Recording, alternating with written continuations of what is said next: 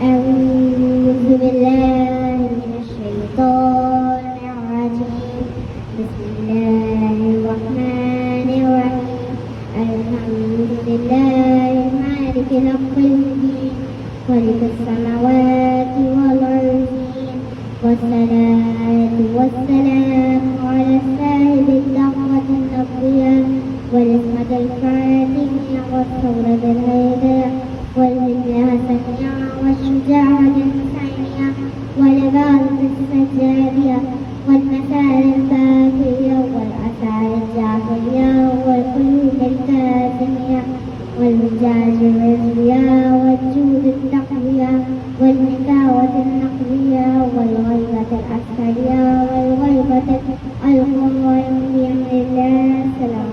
اللهم صل على محمد وآل محمد.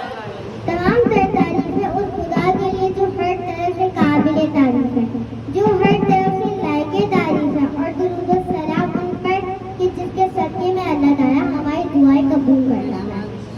لاکھوں کروڑوں درود و سلام اس کے صدقے میں کہ جس کے صدقے میں اللہ تعالیٰ نے اس پوری دنیا کو بنایا، یعنی لاکھوں کروڑوں درود و سلام محمد علیہ. اللهم صل على محمد وآل محمد. اور کروڑوں درود و سلام اللہ تعالیٰ کے ان مصطفیٰ مجتبیٰ بندوں کے لیے کہ جنہوں نے وحشی کو انسان کو مسلمان اور مسلمان کو سلمان بنایا، جنہوں نے بے سر کو دیکھا تو ابو ذر بنایا، بے مال کو دیکھا تو بلال بنایا، منکروں کو دیکھا تو فنار بنایا، مگر ہم جیسوں کو دیکھا تو وزادار بنایا. صلوات اللهم صل على محمد وآل محمد. نعرہ حیدری یا علی یا علی. اللهم صل على محمد وآل محمد. روایت میں ہے کہ اہل بیت علیہ السلام پر چند راتیں بہت سخت گزری. اگر آپ جانتے ہیں نا کہ اہل بیت میں 6 راتیں بہت سخت گزری. پہلی وہ رات تھی کہ جس رات کو رسول خدا نے مکہ سے ہجرت کی تھی. اس رات کو کفار نے رسول خدا کے گھر کو چاروں طرف سے گھیر دیا تھا. کفار مشرکین کا یہ ارادہ تھا کہ صبح ہوتے ہی جیسے رسول خدا گھر سے باہر نکلیں گے تو ہم فوری ہی ان کو قتل کر دیں گے.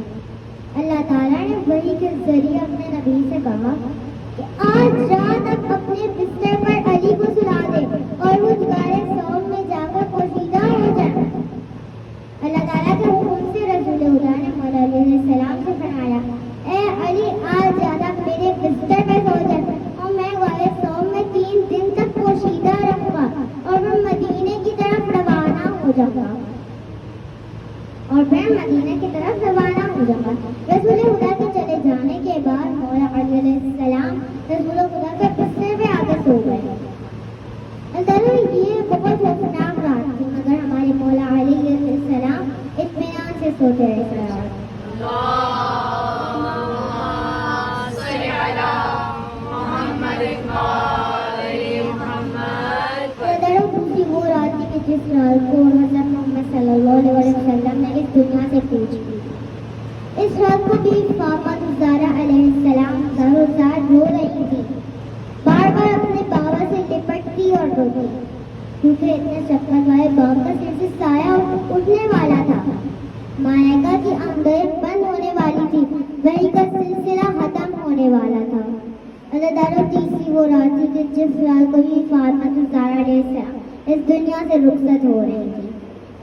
اس رات کو امام حسین بی بی زینب اور بی بی ام کلثوم زار رو رہے تھے کیونکہ مولا کا گھر اجڑنے والا تھا. چوتھی وہ رات تھی کہ جس رات کی چوتھی رات تھی امام مولا علیہ السلام کی ہلکت کی رات تھی. اہل بیت میں قرآن بپا ہوا تھا.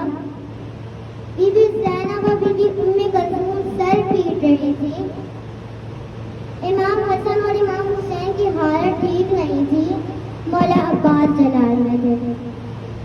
اللہ تعالیٰ پانچویں وہ رات تھی کہ جس رات کو امام حسن کے کلیجے کے ٹکڑے ٹک ٹک ہو کر درد میں آ رہے تھے۔ اللہ تعالیٰ چھٹی رات کربلا میں عاشور کی رات تھی۔ کربلا میں عاشور کی رات تھی۔ اللہ تعالیٰ یہ وہ قیامت کی رات تھی کہ جس کی صبح کو امام رسول خدا کا ہرا بھرا باغ اجڑنے والا تھا۔ ہرا بھرا باغ اجڑنے والا تھا۔ اللہ تعالیٰ پنجدہ پاک کا خاتمہ ہونے والا تھا۔ ایک گھر سے 72 جنازے نکلنے والے تھے۔ ہاں اللہ تعالیٰ اس رات کو مولا حسین نے اپنے تمام انصاروں کو اپنے خیمے میں جمع کیا اور کہا کل روز جنگ ہے اور میرے لشکر میں سے کوئی بھی باقی نہ رہے گا، لہذا میں نے اپنی بیعت آپ سے اٹھا لی ہے۔ اب جس کا دل چاہے وہ اس پردہ شب میں جا سکتا ہے۔ پھر مولا نے کہا کہ شمع گل کرتی جائے، شمع گل کرتی جائے۔ حضرت مولانا صاحب جیسے یہ سنا کہا مولا کہ آپ کو ہماری دل دہی پر بالکل بھی بھروسہ نہیں ہے، ہم آپ کو چھوڑ کے کیسے جا سکتے ہیں؟ ایک کیا ہزاروں جان آپ کے قدموں پہ نثار کرتے ہیں۔ مولا نے ان کے حق میں دعائیں ہے کی اور اللہ سے یہ کہا اے اللہ تیرا شکر ہے تو نے مجھے ایسے صحابہ عطا کیے جو نہ کسی نبی کو ملے نہ کسی وسیع کو ملے۔ اس کے بعد سارے انصار اپنے اپنے خیموں میں چلے گئے۔ اللہ تعالیٰ دشمنان اہل بیت سے ایک رات کی مہلت اس لیے نہیں مانگی تھی کہ کوئی منصوبہ بنا سکے، اس لیے مانگی تھی کہ پوری رات اللہ تعالیٰ کی عبادت میں بسر کر سکے۔ ہاں اللہ تعالیٰ پوری رات ہر خیمے سے تسبیح کی زاروں زار آواز آ رہی تھی، تسبیح کی زاروں زار آواز آ رہی تھی۔ اس لیے تو کہتے ہیں کہیں تسبیح کہیں سجدے کہیں تعریف تھا صورت حسین سے کوئی قرآن کا قاری کرتا تھا عرض یا حضرت باری آج صبح کو ہے عزت تیرے ہاتھ ہماری۔ السلام علیکم حسین وعلی علی ابن حسین وعلی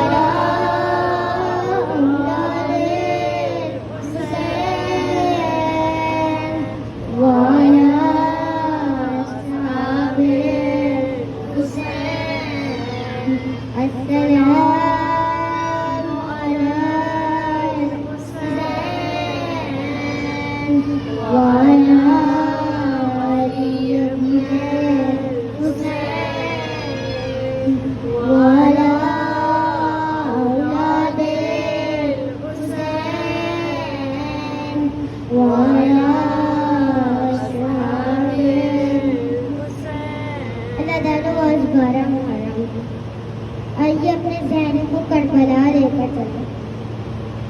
اللہ تعالیٰ جیسے ہی رہائی ملی نا سید سجاد نے کہا جو تو نے ہمارے شہداء کے سر قلم کیے تھے وہ واپس دے دے۔ اللہ تعالیٰ جو پہلا سر آیا نا بڑا ننھا سا سر تھا۔ اللہ تعالیٰ بیوی ام رباب نے اپنی چادر کا دامن پھیلایا اور کہا یہ میرے لال کا سر ہے مجھے دے دو۔ اللہ تعالیٰ وہ سر بیوی کے پاس آیا۔ بیوی نے کہا علی اصغر کیا آج جیسے بچوں کو بھی مار دیا جاتا ہے؟ اللہ